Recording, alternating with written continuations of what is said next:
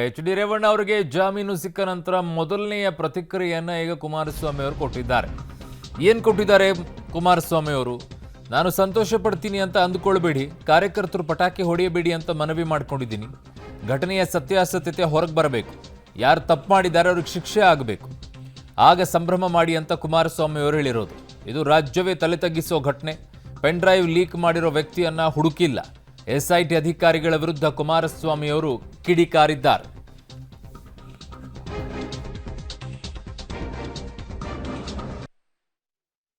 ಈ ಒಂದು ರಾಜ್ಯದಲ್ಲಿ ನಡೆದಿರ್ತಕ್ಕಂಥ ಅತ್ಯಂತ ಹೀನಾಯ ಘಟನೆ ಅಂತಕ್ಕಂಥದ್ದು ಹೇಳಲಿಕ್ಕೆ ಬಯಸ್ತೀನಿ.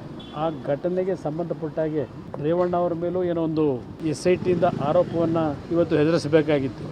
ಅದರ ಹಿನ್ನೆಲೆಯಲ್ಲಿ ರೇವಣ್ಣ ಅವರಿಗೆ ನಿನ್ನೆ ದಿನ ಏನು ಒಂದು ನಿರೀಕ್ಷಣಾ ಜಾಮೀನು ದೊರಕಿದೆ.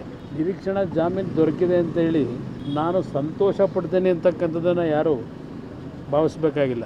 ನನ್ನ ಕಾರ್ಯಕರ್ತರಿಗೂ ಹೇಳ್ತಕ್ಕಂಥದ್ದು ನಿರೀಕ್ಷಣಾ ಜಾಮೀನು ಸಿಕ್ಕಿದೆ ಅಂತ ಹೇಳಿ, ಆ ನಿರೀಕ್ಷಣಾ ಜಾಮೀನು ರೆಗ್ಯುಲರ್ ಜಾಮೀನು ಸಿಕ್ಕಿದೆ ಅಂತ ಹೇಳಿ ಪಟಾಕಿ ಹೊಡೆಯತಕ್ಕಂಥದ್ದು, ಸಂಭ್ರಮ ಆಚರಣೆ ಮಾಡ್ತಕ್ಕಂಥದ್ದು ಇವತ್ತು ಆ ಸಮಯ ಅಲ್ಲ. ಇದು ಇಲ್ಲಿ ನಡೆದಿರ್ತಕ್ಕಂಥ ಈ ಘಟನೆಯ ಸತ್ಯಾಸತ್ಯತೆಗಳು ಹೊರಗೆ ಬಂದು ಯಾರು ತಪ್ಪಿತಸ್ಥಿದ್ದಾರೆ ಎರಡೂ ರೀತಿಯಲ್ಲಿ ಇರ್ತಕ್ಕಂಥ ತಪ್ಪಿತಸ್ಥರಿಗೆ ಪ್ರಾಮಾಣಿಕವಾದಂಥ ಶಿಕ್ಷೆ ದೊರಕತಕ್ಕಂಥದ್ದಾದರೆ ಅವತ್ತು ಸಂಭ್ರಮಾಚರಣೆ ಮಾಡಿ ಅಂತಕ್ಕಂಥದ್ದನ್ನು ಕಾರ್ಯಕರ್ತರಿಗೆ ಹೇಳ್ತೀನಿ.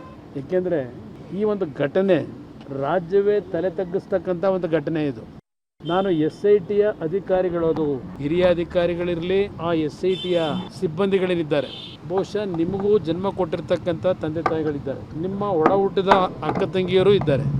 ಸಂತ್ರಸ್ತರು ಅಂತಕ್ಕಂಥದ್ದನ್ನು ಪ್ರತಿನಿತ್ಯ ನೀವೇನು ಹೇಳ್ತೀರಿ, ಈಗ ನೀವು ಸಂತ್ರಸ್ತರು ಅಂತಕ್ಕಂಥದ್ದನ್ನು ಸರ್ಕಾರ ಹೇಳ್ತಕ್ಕಂಥದ್ದೇನಿದೆ, ಇಲ್ಲಿ ಚುನಾವಣೆಯ ಹಿನ್ನೆಲೆಯಲ್ಲಿ ಯಾವೊಂದು ಪೆನ್ ಡ್ರೈವ್ಗಳನ್ನು ಸರ್ಕ್ಯುಲೇಟ್ ಮಾಡಿದ್ರು, ಈ ಪೆನ್ ಡ್ರೈವನ್ನು ಸರ್ಕ್ಯುಲೇಟ್ ಮಾಡಿರ್ತಕ್ಕಂಥವ್ರನ್ನ ಇಲ್ಲಿವರೆಗೆ ಒಬ್ಬರನ್ನು ಅವ್ರು ಟಚ್ ಮಾಡಲಿಲ್ಲ.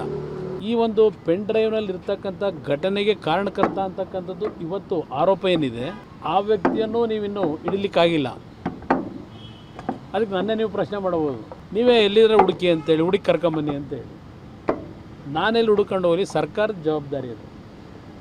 ಈಗ ಒಬ್ಬ ಕಾಂಗ್ರೆಸ್ನ ಶಾಸಕರು ಹೇಳ್ತಾರೆ, ಈಗ ಅದೇನೋ BJP ಒಬ್ಬ ಮಾಜಿ ಶಾಸಕರ ಎಡ ಬಲವನ್ನು ಹಿಡಿದಿದ್ದೇವೆ, ಎಡಗೈ ಬಂಟರು ಬಲಗೈ ಬಂಟರನ್ನ. ಇದು ಕುಮಾರಸ್ವಾಮಿ ಅವರ ಹೇಳಿಕೆ. ನಾನು ಸಂತೋಷ ಪಡ್ತೀನಿ ಅಂತ ಅನ್ಕೊಳ್ಳೋಕೆ ಹೋಗ್ಬಿಡಿ, ಆದರೆ ನಿಜವಾಗಿಯೂ ಕೂಡ ಸಂತೋಷ ಯಾವಾಗ ಆಗುತ್ತೆ ಅಂತಂದರೆ ಈ ಪ್ರಕರಣದಲ್ಲಿ ಯಾರು ತಪ್ಪು ಮಾಡಿದಾರೋ ಅವ್ರಿಗೆ ಶಿಕ್ಷೆ ಆಗಬೇಕು. ಆಮೇಲೆ SIT ಅವರು ಪಾರದರ್ಶಕವಾಗಿರುವಂತಹ ತನಿಖೆಯನ್ನು ಮಾಡಿ ನೀವು ಈ ವಿಚಾರದಲ್ಲಿ ಸಂತ್ರಸ್ತಿಯರು ಅಂತ ಹೇಳ್ತೀರಾ, ಅವರ ವಿಚಾರದಲ್ಲಿ ನೀವು ಹೇಗೆ ನಡ್ಕೊಳ್ತಾ ಇದ್ದೀರಾ, ಯಾರು ಪೆನ್ ಡ್ರೈವನ್ನು ಹಾಕಿ ಬಿಸಾಕಿದ್ದಾರೆ ಅವ್ರನ್ನ ಯಾಕೆ ಹುಡುಕಿಲ್ಲ ನೀವು ಅಂತ ಆಕ್ರೋಶವನ್ನು ವ್ಯಕ್ತಪಡಿಸಿದ್ದಾರೆ.